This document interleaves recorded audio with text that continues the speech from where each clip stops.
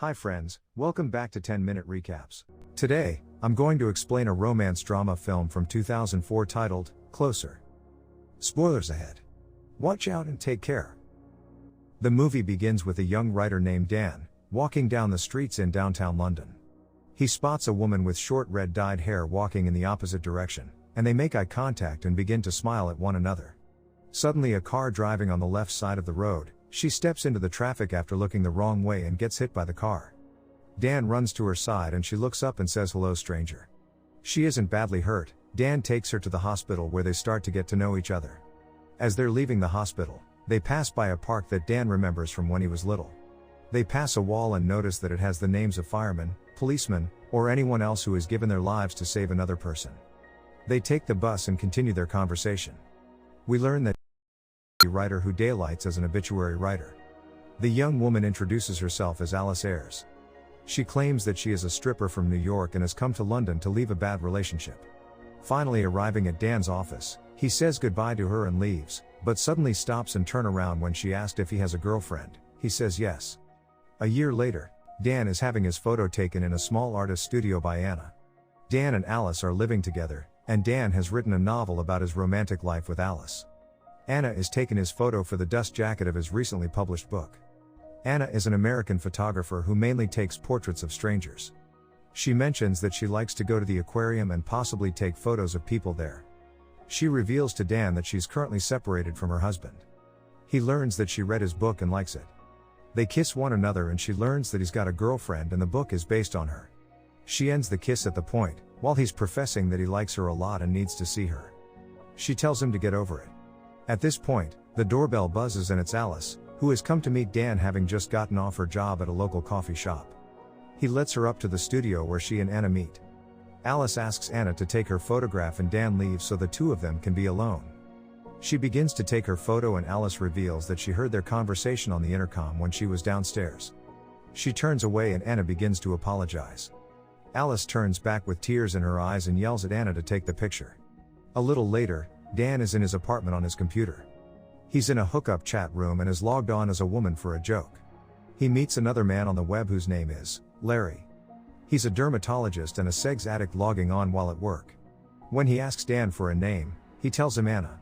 They write some hot and heavy stuff back to one another and Dan offers to meet Larry in person as a joke. He tells him to meet him at the aquarium. Larry goes there the next day and Anna is there as a coincidence. He approaches her and they discover that Dan has played a joke on him. He's embarrassed, she's amused, and they start to hit it off. 4 months later, Dan and Alice are getting ready to go to Anna's art exhibition. We also learn that Dan's father has just passed away, and Dan is going to the funeral in the countryside after the art exhibition. Alice wants to go with him and support him, but he wants to be alone. They go to the exhibition and see the photo that Anna took of Alice with tears in her eyes. While Alice is looking at it, she meets Larry. They have a brief discussion where Alice and Larry have a mild flirtation, and she learns that Larry and Anna are dating when she comes over and greets Larry. During the conversation between the four of them, Dan is clearly still infatuated with Anna, and she tells him and Alice how she and Larry met, and they call him Cupid.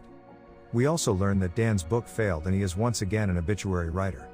A little later, Dan puts Alice in a taxi cab outside the building, pretending that he's heading straight to the funeral, but actually, he goes back to talk to Anna again.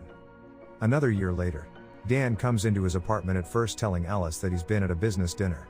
Finally, he admits that he's been seeing Anna and that they've been having an affair since the evening at the art exhibition. At the same time, Anna is in her apartment with Larry. They are married now and Larry has just returned from a business trip. She doesn't tell him anything at first. Larry says he can't stand lying to her and admits that he slept with a prostitute on his trip. She simply tells him it's okay and then it comes out that she's been having an affair with Dan. Larry is furious and asks her why she bothered to marry him. She says she tried to end it with Dan when she and Larry decided to get married, but it started up again. Larry wants explicit details about her and Dan and she gives them to him. He's furious and tells her to leave. Back at Dan's apartment, Alice is heartbroken and in tears. Dan tries to comfort her and apologizes for hurting her. She leaves the apartment and he has no idea where she's gone.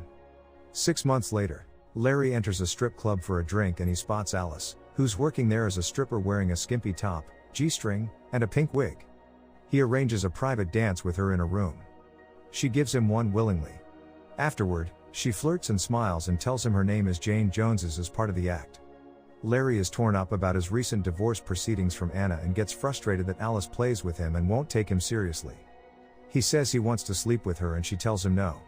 Then he asks for a more intimate look at her. She does what he asks. A few months later, Anna is rushing to meet Dan at a music concert. She apologizes for being late. They sit to have a drink and we learn that she met Larry earlier in the day to have him sign the divorce papers.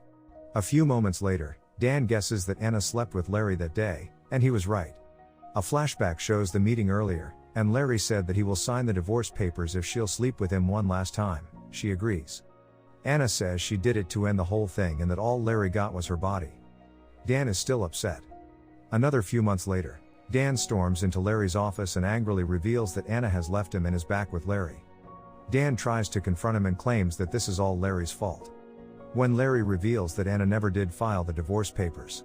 She is back with Larry because she's doomed to be in rocky relationships because she's a depression junkie, but he loves her all the same and wants to be with her.